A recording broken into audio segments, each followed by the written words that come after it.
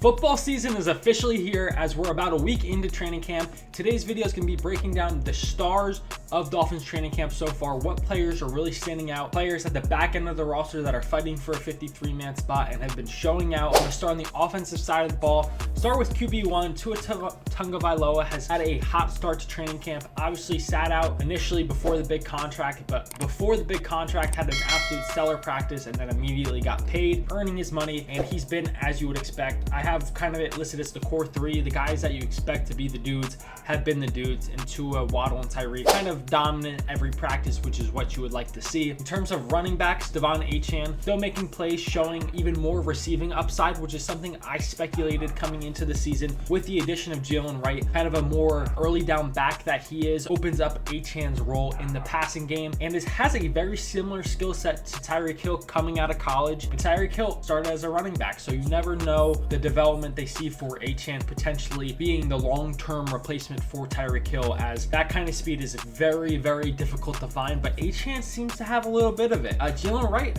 the rookie, has also been making some good plays for the Miami Dolphins, breaking some longer runs and showing his explosiveness, which is why us Dolphins fans were super excited for him. At the tight end position, a lot of people have been mentioning Tanner Conner, the former wide receiver who transitioned to tight end, has dealt with some bad injury luck that got him cut last season, but he's been showing very good explosion, improved run blocking ability. He's fighting for a spot in that tight end room, which is pretty stacked now, but he's been balling according to all of the reports. Julian Hill, also Durham Smythe, who's been the starting tight end the past few years, said he's probably the most physical tight end in all of football. He is not afraid to block. He honestly had to reel back his aggression in blocking to be more accurate, and it's seen to pay dividends according to Durham, who I would trust his opinion. Jonnu Smith is also just an impressive human, moving for the speed that he has been.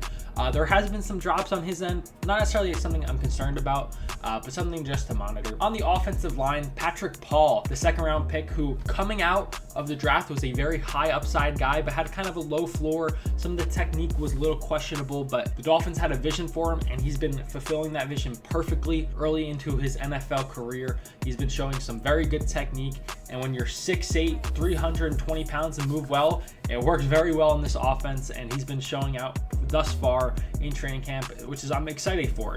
He's potentially just the replacement for Teron Armstead, but left guard is a wide open hole with Isaiah Wynn still out, so maybe he competes for the guard spot, but he's only been at tackle, and I wouldn't hate if the Dolphins just left him there. You know Teron's probably going to deal with some injuries, so rather lock him in at left tackle and let someone else battle for left guard, but it's just something to mention. And then Austin Jackson picking up where he left off. Have not heard his name much, which is honestly, as we know, with offensive linemen, a good thing. And then at the center position, Aaron Brewer seems to be exactly what we thought we were getting in free agency. Not the best center in all of football, but perfectly fits this scheme with his extreme athleticism. Is going to be very good for us in the run game. I think McDaniel literally referred to him as a weapon in the run game, which I've never heard of a lineman referred to as a weapon. There has been some snapping issues, but that's kind of to be expected when you have a new center and quarterback getting used to each other, but you just hope that it doesn't last too long into training camp before the alarms really start sounding. Onto the defensive side of the ball, and I would say this is the biggest star of training camp thus far is Quentin Bell, the edge rusher. He's been making plays nonstop. His teammates are supporting the hell out of him. Everyone's just loving Quentin Bell. Mike McDaniel glowed when he was asked about him. He's just been balling, pass rushing, stopping the run, everything. Quentin Bell has been doing it. So I honestly think he's almost locked himself a roster position just from early on in camp, especially with the injuries at the position with Jalen Phillips and Bradley Chubb likely not starting the season out for us. I think Quentin Bell, strong start to camp, has all but locked himself a roster spot, which I love to see. Like I said, all of his teammates surrounding him and showing him that love. It just kind of goes to show the kind of guy you're getting. And then Emmanuel Ogbah earned his orange jersey pretty quick after returning to the Miami Dolphins. A reunion I did not see coming, but with the retirement of Shaq Barrett, the Dolphins brought back familiar face Emmanuel Ogbah, who fits much better in this scheme, which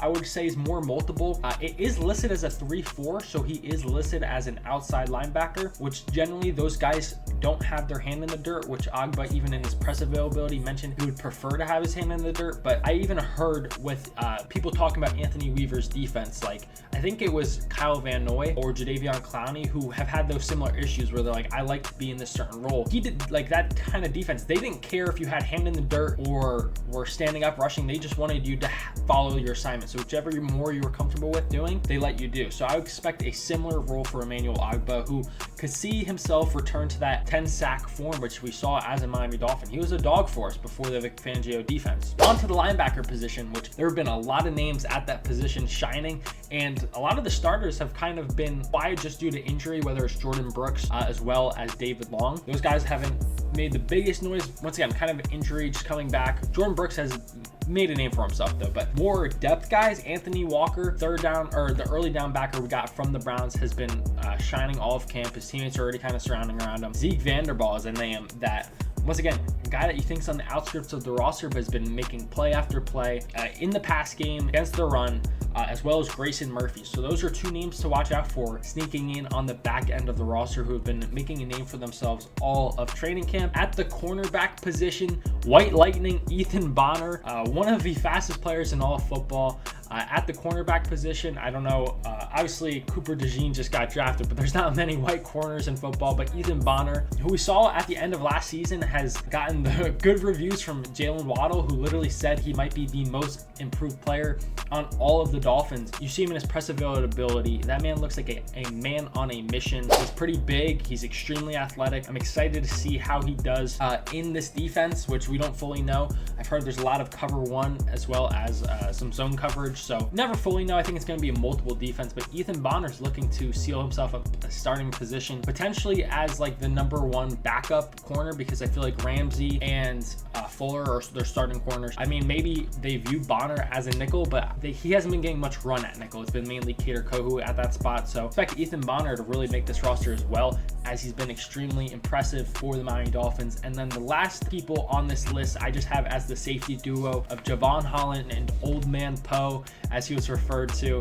Jordan Poyer has taken his Miami Dolphins, kind of joining the Miami Dolphins by storm, helping unite the defensive back room, and just being a phenomenal presence back there. He picked off Tua in practice. Despite being old, it still seems like he's got juice. He's not extremely slow. He obviously is mentally one of the best safeties in all of football, and that safety duo just looks like it can be one of the best duos in all football on the back end of the defense. But another player balling out for the Miami Dolphins this training camp has been first-round rookie Chop Robinson. These new designs just dropped on the DolphinsDive.com. Check them out. Chop Robinson explosiveness is exactly what we had all thought, showing out very well in this training camp, being extremely explosive, getting after the passers, has some good run stuffing reps as well. Obviously, he hasn't won every rep. A lot of the good things that have been coming out about Patrick Paul is facing Chop Robinson, but iron sharpens iron. He's made plays, Patrick Paul has made plays, but overall, everyone is excited what they're seeing in Chop Robinson, and it seems like the Dolphins may have hit on their first-round pick, who's going to need to play early with the injuries to Jalen Phillips and Bradley Chubb, and then I think we'll end up in kind of a more rotational role towards the back end of the year as those guys get healthy, but he'll still have a huge impact, especially in this defense. They rotate guys nonstop, so I expect Chop Robinson to get a lot of playing time this year, and based off all these reports, it seems like he is a dude, so that's a good thing to see for the Miami Dolphins. Overall, through 1 week of training camp, those are the standouts, and once again, I am not at these practices. I'm taking a lot of this from reports I'm seeing, some of the most trusted reporters, which I would recommend you guys also check out. Kyle Krabs, Grinding the Tape on Twitter, one of the best ball knowers out there, as well as Travis Wingfield, legend in the reporting game, went from a fan to covering with the Miami Dolphins. Travis Wingfield, one of the best out there. Appreciate you guys for watching.